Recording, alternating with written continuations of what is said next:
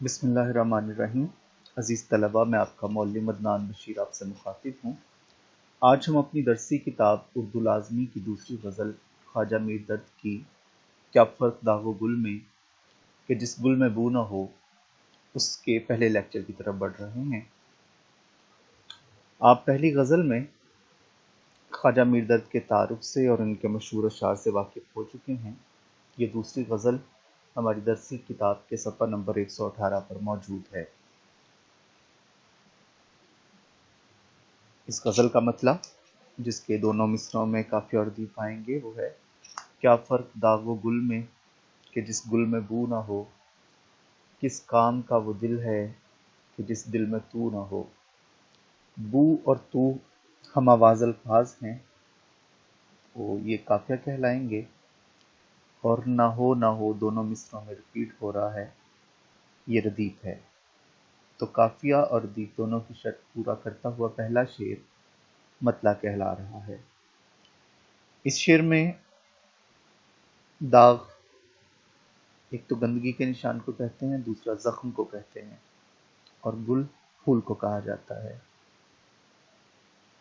شعر سادہ سا ہے، اس میں خواجہ میر درد کہہ رہے ہیں کہ جس پھول میں خوشبو نہ ہو اس میں اور داغ میں کیا فرق ہے، اور وہ دل جس میں خدا یا محبوب نہ ہو وہ دل کس کام کا ہے۔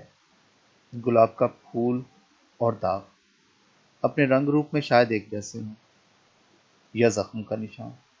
دونوں میں اگر فرق اور امتیاز ہے تو یہ ہے کہ گلاب میں سرخ رنگ کے علاوہ خوشبو بھی ہے، اور داغ اس سے آری ہے۔ پھول کے لیے خوشبو لازم ہے اور یہی اس کا امتیاز ہے۔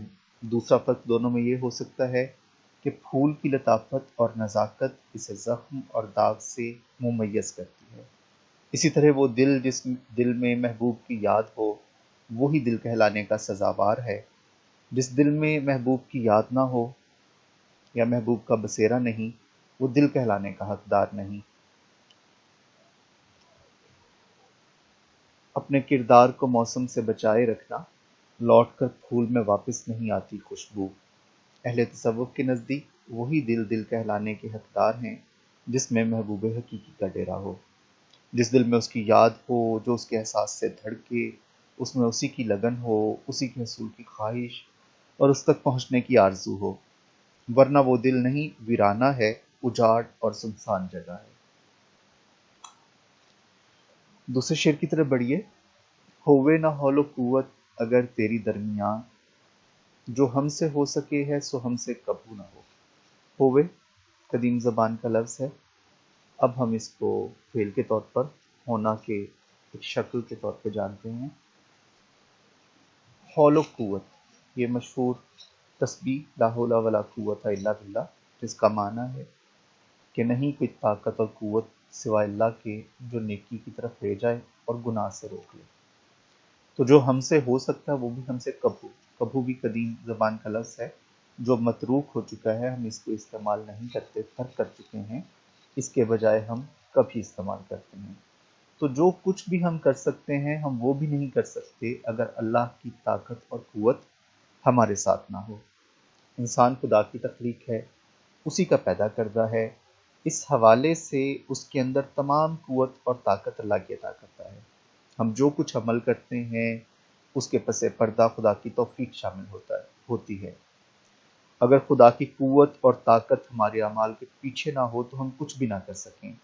اس حقیقت کا اعتراف و اظہار اس لیے ضروری ہے کہ انسان خود کو مافوق الفطرت ہستی خیال کرنا نہ شروع کر دے اور اپنی اوقات سے باہر نہ ہو جائے۔ تاریخ انسانی کے بڑے بڑے خود پسند انسان جنہوں نے خود کو خدا کے مقابل لا کر خود خدا ہونے کے دعوے کیے تھے، اسی غلط انا اور پندار کے حامل تھے۔ فرعون، نمرود، شداد، قارون وغیرہ اسی وجہ سے انسانی حدود سے باہر نکلے اور عبرت کا نشان بنا دیے گئے۔ درد اس شعر میں خدا کی قدرتوں کا اعتراف اور اظہار کرتے ہوئے فرماتے ہیں کہ ہمارے ہر کام کے پیچھے دراصل خدا کی طاقت و قوت رہتی ہے، وگرنہ انسان تو بڑی بے بس مخلوق ہے۔ فرماتے ہیں کہ اے خدا، اگر تیری طاقت و قوت ہمارے درمیان نہ ہو تو جو کچھ ہم کر سکتے ہیں وہ بھی ہم کبھی نہ کر سکیں۔ اگلے شعر کی طرف آئیے۔ جو کچھ کہ ہم نے کی ہے تمنا ملی مگر، یہ آرزو رہی ہے کہ کچھ آرزو نہ ہو۔ تمنا وہ خواہش جس کے پورے ہونے کے امکانات نہ ہوں۔ آرزو ہم خواہش کو کہتے ہیں جو پوری ہو بھی سکتی ہے، لیکن درد اس شعر میں کہتے ہیں کہ ہم نے جو مشکل سے مشکل بھی خواہش کی، خداوند نے وہ پوری کر دی۔ خالق اور مالک ہونے کی حیثیت سے خدا کی ذات انسان کی تمام ضروریات کی کفیل ہے۔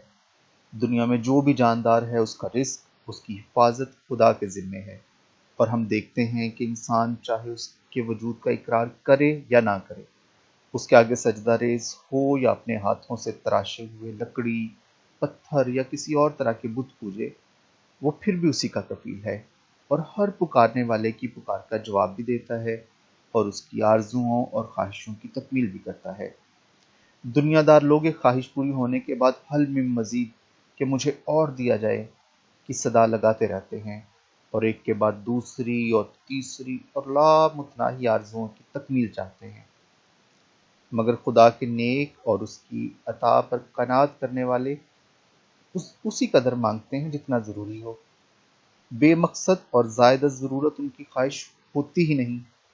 درد ایک صوفی تھے، لہٰذا وہ اس بات کے قائل ہیں کہ جو کچھ ہم نے مانگا ہمیں مل گیا، مگر ہماری یہ خواہش تھی کہ ہماری کوئی خواہش نہ ہو۔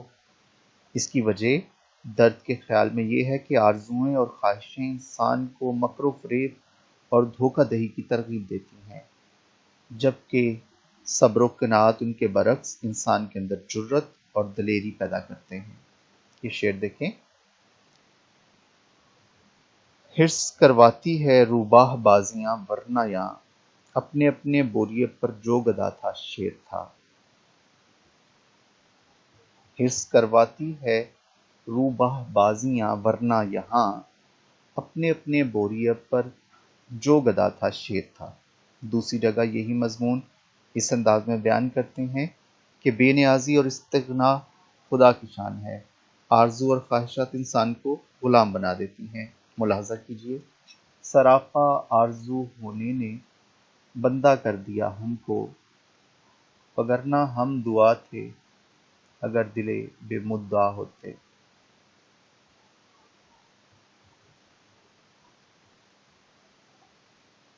سراپا آرزو ہونے نے بندہ کر دیا ہم کو، وگرنہ ہم